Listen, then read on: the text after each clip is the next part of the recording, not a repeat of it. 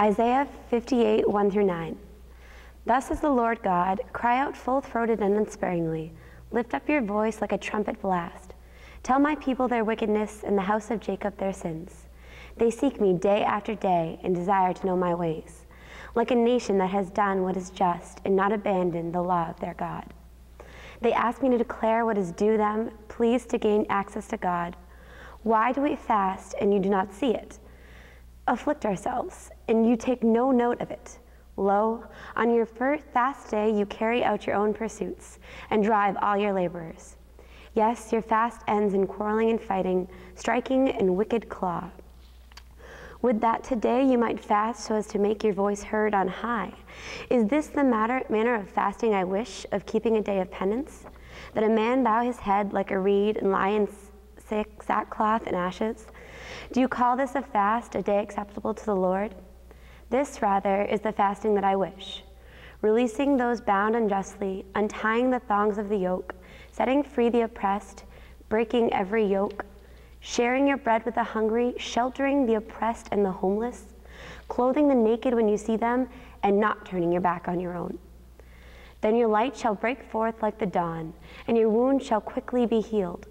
Your vindication shall go before you, and the glory of the Lord shall be your rear guard. Then you shall call, and the Lord will answer.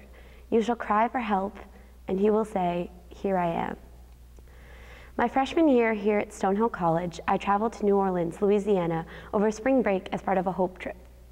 Our project in NOLA was a simple one, deconstruction. I am uncertain whether or not it is due to my stature, but I possess a constant need to prove my strength to others, and this project offered the perfect opportunity to do so. Putting everything that I had into that project, I worked non-stop with my fellow Hope participants as we prepared the homes to be rebuilt.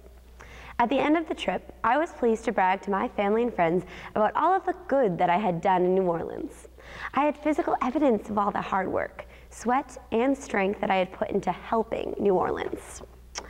The very next year, I traveled with Hope to New York, where we worked in an elementary school in West Harlem and also at the Mercy Center of the South Bronx. I loved New York City and really appreciated the rich conversations and experiences that my group was having.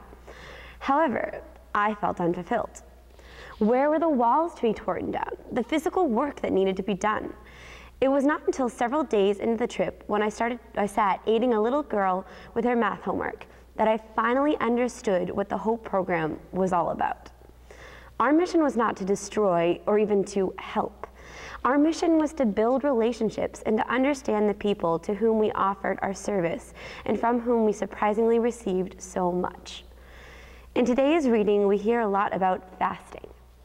God does not care as much about your fasting from sweets, Facebook, or the Newhall elevator, but she cares about a different kind of fasting. Why not fast from the negative to leave only the positive? Consider fasting from your own selfishness, needs, desires, and greed this Lent. God is not impressed by fasting if the end result is not unity and love. She's only impressed by a fast that promotes love and understanding amongst all people. In this way, God makes a deal with us. Take care of each other, and I'll take care of you. When we care for and fully love, we act as the living presence of God to one another. Recognize the living Christ in others and humble yourself enough to accept it.